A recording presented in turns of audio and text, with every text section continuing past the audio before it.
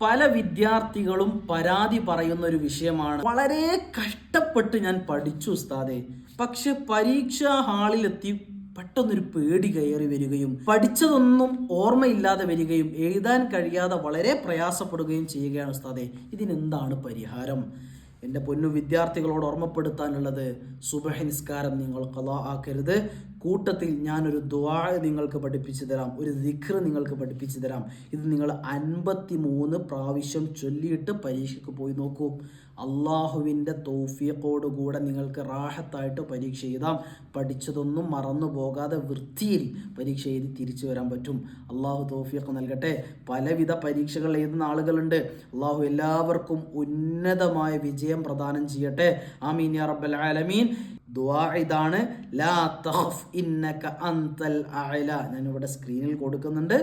ലാ തഖഫ് ഇന്നക അൻതൽ അഅല എന്ന് 53 പ്രാവശ്യം ചൊല്ലിയിട്ട് സന്തോഷത്തോടുകൂടെ നിങ്ങൾ പരീക്ഷയ്ക്ക് പോയിക്കോ.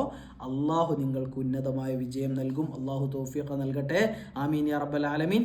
ഞാൻ ഇമ്പോർട്ടൻ്റ് ആയിട്ട് പറഞ്ഞ കാര്യം മറക്കരുത്. 5 വക്ത് നിസ്കാരം, അത് നിങ്ങൾ മറക്കരുത്. കാരണം അള്ളാഹു നിങ്ങളെ സഹായിക്കണമെങ്കിൽ അള്ളാഹു പറഞ്ഞ കാര്യങ്ങൾ നിങ്ങൾ കേൾക്കണം. അസ്സലാമു അലൈക്കും വറഹ്മത്തുള്ളാഹി വബറകാതുഹു.